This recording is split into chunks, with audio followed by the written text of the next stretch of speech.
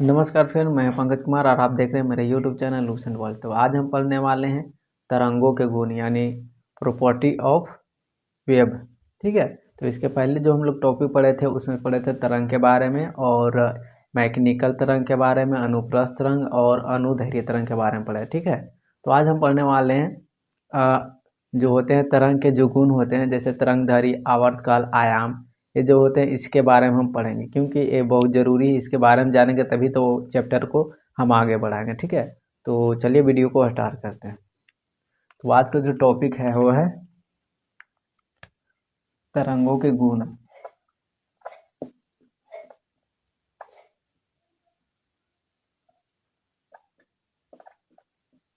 English में इसे हम प्रॉपर्टी ऑफ वेव भी कह सकते हैं। Property of wave.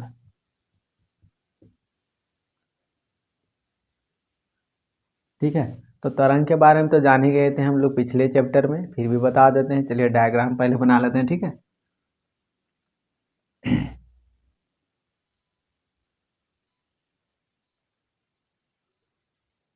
तरंग जब भी संचरण करती है तो तरंग क्या होता है कि एक कण से दूसरे कण में, यानी एक बिंदु से, यहाँ एक बिंदु है और ये दूसरा बिंदु है, यानी एक बिंदु से दूसरे बिंदु तक ऊर्जा का स्थानांतरण करती है। ठीक है ना। क्योंकि तरंग भी एक प्रकार की ऊर्जा ही है और ऊर्जा का जो स्थानांतरण होता है एक स्थान से दूसरे स्थान तक किस तरह से होता है, इस तरह से होता है। ठीक है। ये पॉइंट ए हो गया और ये हो गया बी। ठीक है। तो देखिए यहाँ पर क्या हो रहा है कि कण ऊर्जा का स्थानांतरण हो रहा है कणों के माध्यम से। यहाँ पर देखिए छोटे छोटे इसमें क्या है, कण है। इसमें छोटे छोटे इस तरह से बहुत कण होते हैं और इन्हीं कणों के माध्यम से क्या होता है कि ऊर्जा के रूप में क्या होती है, तरंग एक स्थान से दूसरे स्थान तक जाती है। और एक स्थान से दूसरे स्थान के जाने के क्रम में जो विक्षोभ होती है इसके, यानी इसके अंदर में जो विक्षोभ होती है, ठीक है, उस विक्षोभ को ही तरंग कहा जाता है। ठीक है। ये हम पिछले चैप्टर में ही पढ़ लिए थे। अब हम पढ़ेंगे इसके गुण के बारे में। तो यहाँ पर देखिए डायग्राम बना दिए। अब देखिए यहाँ पर से ये है क्या और ये है क्या। तो क्या होता है, ये इसको हम क्या कहते हैं, गर्त कहते हैं। सॉरी माफ कीजिएगा, इसे श्रिंग कहा जाता है। ठीक है। इसे हम श्रिंग कहते हैं और इसको हम गर्त कहते हैं। ठीक है। श्रिंग और गर्त कहते हैं। ठीक है। और इसमें क्या होता है कि जब फर्स्ट स्टेप चलता है, यहाँ से एक स्टेप पूरा कहाँ होता है, ये इधर जाती है, उसके बाद फिर यहाँ से यहाँ जाती है। तो यानी एक स्टेप जो होता है यहाँ से यहाँ तक होता है। ठीक है। यानी एक स्टेप जो इसका पूरा होता जाने का, ये पहला स्टेप हुआ। ठीक है। फिर यहाँ से यहाँ तक जाएगी तो यहाँ पर से दूसरा स्टेप होगा। इस तरह से होता है। यानी एक स्टेप बनाने में कितना डिग्री का एंगल बनता है, यहाँ देखिए क्या हो गया, ये हो गया 90 डिग्री और ये 90 डिग्री यानी 180, और इसमें भी 90 90 100, यानी टोटल कितना होगा, टोटल जो घुमा होगा इसका 360 डिग्री का होगा। ठीक है। ये तो हम समझ गए। अब आगे बढ़ते हैं एक एक करके। सबसे पहले स्टार्ट करते हैं तरंग दैर्घ्य के बारे में। ठीक है। तो पहला देखिए हम पढ़ेंगे तरंग दैर्घ्य के बारे में, यानी वेव लेंथ के बारे में। इंग्लिश में इसे हम वेव लेंथ कहते हैं। ठीक है। तो तरंग दैर्घ्य किसे कहते हैं, तो यहाँ पर देखिए पहले बता दिए थे, फर्स्ट स्टेप हुआ और सेकेंड स्टेप हुआ है। तो इसका जो इस तरह से डिफिनेशन बनता है कि देखिए तरंग दैर्घ्य होता क्या है, या तो यहाँ एक पहला श्रिंग हो गया, श्रिंग 1, और ये हो गया श्रिंग 2। ठीक है। ये हो गया गर्त 2। ठीक है। तो दो श्रिंग के बीच की दूरी या दो गर्त की बीच की दूरी, यहाँ पे हटा देते हैं थोड़ा अच्छा लगेगा, यहाँ पे लिख देते हैं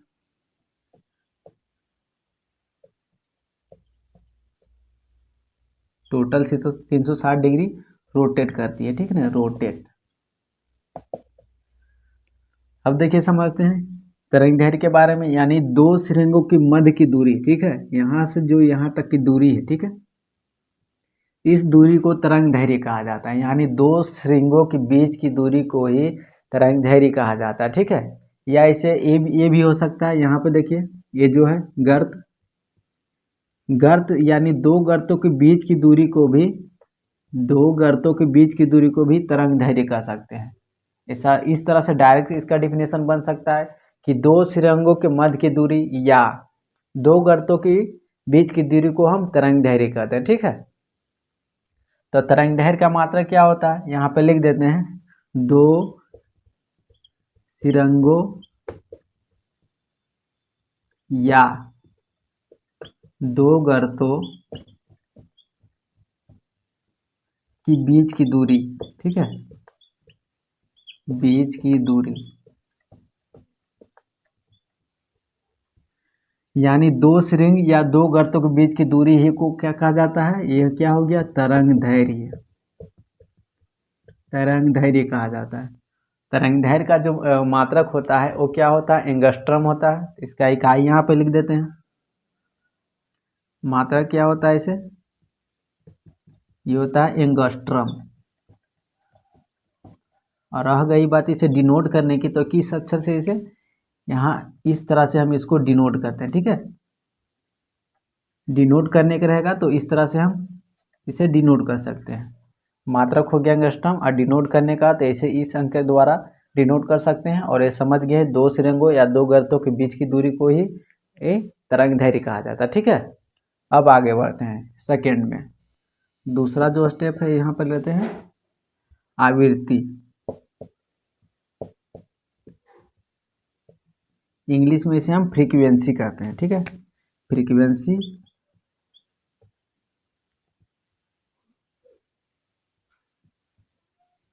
ठीक है, आवृत्ति या फ्रीक्वेंसी इंग्लिश में हम इसे कहते हैं। ये क्या होती है, इसे हम किस तरह से परिभाषित कर सकते हैं, तो यहाँ पर देखिए, यहाँ पहले बताया था कि यहाँ पर देखिए बहुत सारे छोटे छोटे कण होते हैं, और किसी भी बिंदु, जैसे बिंदु ए हुए, ए बिंदु कहीं पे, यहाँ चाहे यहाँ कहीं पे भी एक पॉइंट मान लेते, चलिए यहाँ पे ही मान लेते हैं। ठीक है, मान लिया जाए इस बिंदु पे उस वस्तु की जो यहाँ पे रखी हुई है, जितना एक सेकेंड में जितना कंपन करती है, यानी कंपन करने की जो संख्या है, यहाँ पे रखी वस्तु एक सेकेंड में जितना कंपन करेगी, कंपन की संख्या को ही क्या कहा जाता है, आवृत्ति कहा जाता है। ठीक है, समझ गए होंगे। यहाँ पे देखिए लिख देते हैं कि किसी बिंदु पे,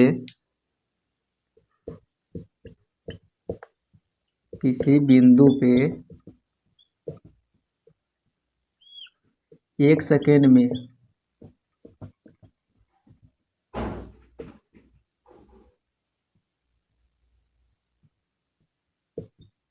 जितना वस्तु कंपन करे, वो एक सेकेंड में वस्तु की कंपन की संख्या, एक सेकेंड में वस्तु की कंपन की संख्या। ठीक है, यानी किसी बिंदु पे, यहाँ कहीं भी मान सकते हैं आप, यहाँ पे भी मान सकते हैं, यहाँ पे भी मान सकते हैं, कहीं भी मान सकते हैं। ठीक है, यानी किसी बिंदु पर एक सेकेंड में वस्तु की कंपन की कुल संख्या को ही आवृत्ति कहा जाता है। चाहे एक सेकेंड में 22 कंपन करे या 23, 24 कितने भी कर सकते हैं। ठीक है, यानी सिंपल सा आपको ये ऐसे याद रखना है कि किसी बिंदु पे एक सेकेंड में वस्तु कितना कंपन करता है, कितनी बार कंपन करती है। ठीक है, उस कंपन को ही क्या कहा जाता है, आवृत्ति कहा जाता है। ठीक है, ये तो हो गया। अब आगे बढ़ते हैं इसमें, इसका इकाई जो होता है, ठीक है, क्या होता है, इसका इकाई जो होता है क्या होता है, आवृत्ति का हर्ट्ज। ठीक है, हर्ट्ज। और रह गई बात इसे डिनोट करने की, तो इसे हम डिनोट करते हैं एन या एफ से करते हैं। ठीक है, एन एन इसलिए कहते हैं क्योंकि इसे न्यू कहा जाता है। एन मतलब क्या हो, नंबर की संख्या, यानी कंपन जो करती है। ठीक है ना, वस्तु की कंपन की संख्या, एन मीन्स नंबर, तो इसे एन या एफ से हम डिनोट करते हैं। ठीक है, एन या एफ से डिनोट करते हैं। इकाई हो गया हर्ट्ज, और एक बिंदु पे एक सेकंड में वस्तु की कुल कंपन की संख्या ही आवृत्ति कहलाती है। ठीक है, क्लियर। अब बढ़ते हैं आगे, अब तीसरा पढ़ते हैं, तरंग चाल।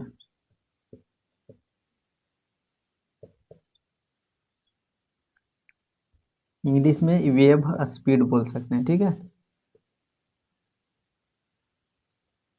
ये होता क्या, तो इसे भी डायग्राम के माध्यम से समझेंगे। ठीक है, इसका इस तरह से डिफिनेशन हो सकता है कि तरंग संचरण की दिशा में एक सेकेंड में तय की गई तरंग की जो होती है दूरी को चाल कहता है। यानी एकांक समय में ऐसे लिख सकते हैं कि एकांक समय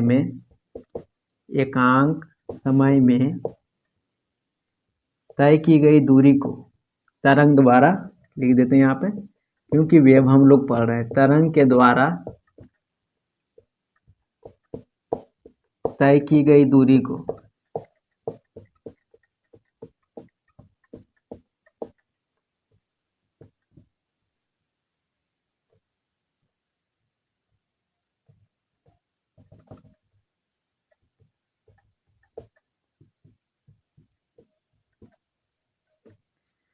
एकांक समय में, देखिए यहाँ पर क्या होता है, लिख दिए थे डिफिनेशन, थोड़ा इसका लंबा है। एकांक समय में स्पेस कम रहने की वजह से इसे लिख देते हैं, ठीक है। एकांक समय में तरंग के द्वारा तय की गई दूरी को वेव स्पीड कहा जाता है, ठीक है। यानी 1 सेकेंड में तरंग के द्वारा जितनी दूरी तय की जाती है उसी को कहा जाता है तरंग की चाल, यानी वेव स्पीड, ठीक है। रह गई बात इसकी इकाई की, तो इसकी जो इकाई होती है वो मीटर पर सेकेंड ही होती है, ठीक है। इसकी इकाई जो होती है वो क्या होती है, मीटर पर सेकेंड ही होती है, ठीक है। तरंग चाल समझ गए। यानी एकांक समय में तो कहीं भी चल में यहाँ से यहाँ तक, तो 1 सेकेंड में जो दूरी तय किया, मान ले एक बिंदु से यहाँ से यहाँ गई, तो 1 सेकेंड में जो दूरी तय किया, ठीक है ना, उस दूरी को क्या कहा जाता है, चाल कहा जाता है, ठीक है। क्लियर हो गए आप लोग। अब बढ़ते हैं आगे, आयाम के बारे में। इंग्लिश में इसे एम्पलीट्यूड कहा जाता है, एम्पलीट्यूड कहा जाता है, ठीक है। ये होता क्या, तो यहाँ पर देखिए डायग्राम के माध्यम से इसे हम समझेंगे कि श्रृंग की अधिकतम जो ऊंचाई है, यहाँ से हो गया, इसकी ऊंचाई कहाँ से मापेंगे, यहाँ से मांगे हैं, यहाँ से देखिए यहाँ तक आई, तो इसकी जो अधिकतम ऊंचाई है एच जो है, ठीक है, या ये जो गर्त है इसकी जो अधिकतम जो गहराई होती है, ठीक है, इसकी जो गहराई होती है, या तो श्रृंग की अधिकतम ऊंचाई या तो गर्त की अधिकतम गहराई, ठीक है, को ही आयाम कहा जाता है। यानी किसी श्रृंग की, ये श्रृंग मान लेते, चाहे इसको भी मान सकते हैं, दोनों में से किसी भी मान सकते हैं। यानी श्रृंग की जो अधिकतम ऊंचाई होती है, ठीक ना, श्रृंग की अधिकतम ऊंचाई या गर्त की अधिकतम गहराई को ही आयाम कहा जाता है, ठीक है। तो यहाँ पे देखिए लिख देते हैं, श्रृंग की अधिकतम ऊंचाई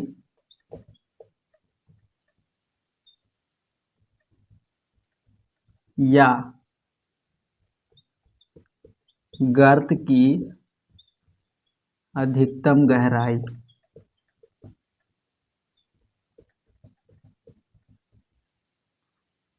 श्रृंग की अधिकतम ऊंचाई और या गर्त की अधिकतम गहराई को ही क्या कहा जाता है, आयाम कहा जाता है, ठीक है। क्या कहलाती है, आयाम कहलाती है, ठीक है। ये तो क्लियर हो गए, सिंपल सा है। अब आगे बढ़ते हैं इसमें पांचवा पे, जो होता है आवर्त काल।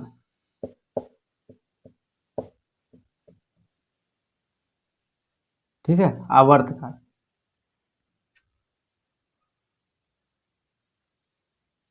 आवर्त काल क्या होता है इसके बारे में हम समझेंगे, डायग्राम के माध्यम से ही समझेंगे, ठीक है। इसे आवर्त काल को इंग्लिश में क्या कह सकते हैं, टाइम पीरियड।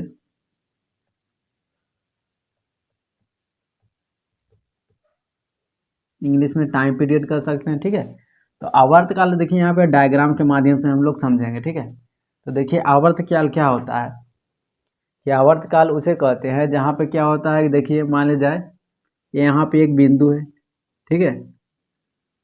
तो क्या होता है कि वस्तु कंपन करती है, ठीक है। वस्तु जब कंपन करती है तो वस्तु कंपन करने में जितना समय लेती है, 1 सेकेंड 2 सेकेंड 5 सेकेंड कुछ भी लेती हो, यानी वस्तु कंपन करने में जितना समय लेती है उस समय को ही क्या कहा जाता है, आवर्तकाल। यानी उस घटना को, यानी वस्तु कंपन करने में जितना समय लगता है उस स्थिति को क्या कहा जाएगा, आवर्तकाल, यानी टाइम पीरियड कहा जाएगा, ठीक है। तो देखिए यहाँ पे लिख देते हैं कि वस्तु को किसी बिंदु पे, सिंपल सा लिख देते हैं, एक बिंदु,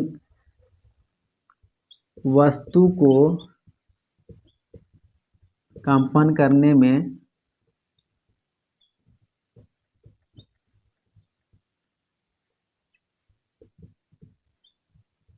जो समय लगता है, ठीक है,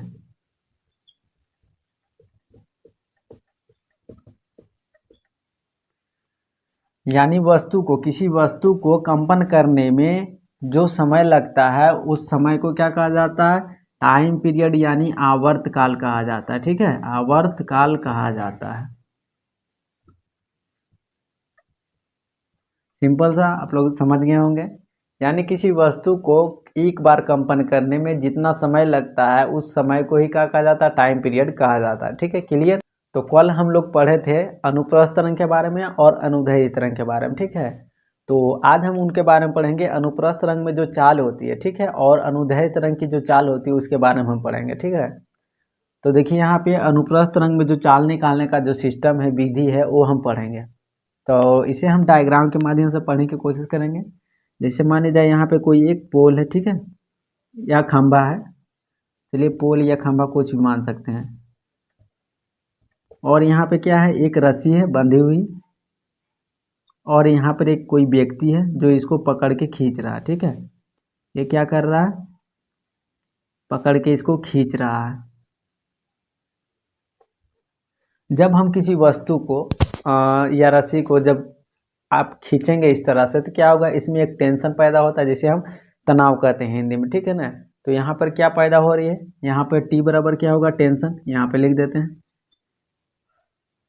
टी बराबर टेंशन, ठीक है, ये हो गया।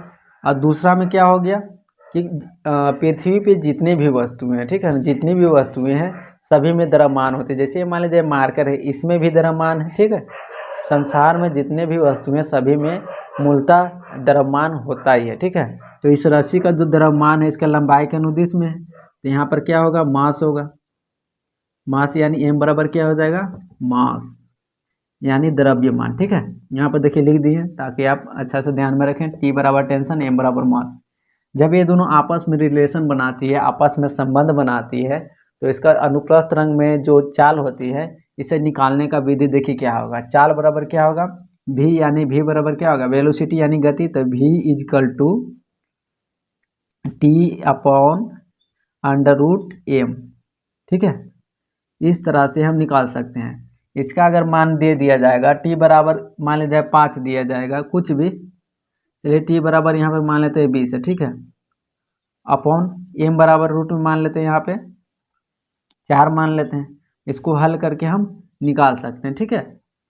यानी अनुप्रस्थ तरंग में जो चाल निकालने की जो विधि है वो इस विधि, इससे यहाँ पे हटा देते हैं इसको, ये जो प्रक्रिया है भी equal to T upon under root M, ठीक है, जहाँ पे टी टेंशन है यानी तनाव, आई एम क्या हो गया, उस जो ये रस्सी है, ये क्या है रस्सी, उस रस्सी का क्या होगा, द्रव्यमान, एम क्या होगा, उस रस्सी का द्रव्यमान, और टी क्या होगा, उस रस्सी का जो नाव होगा, जो तनाव यानी टेंशन होगा वो होगा, ठीक है।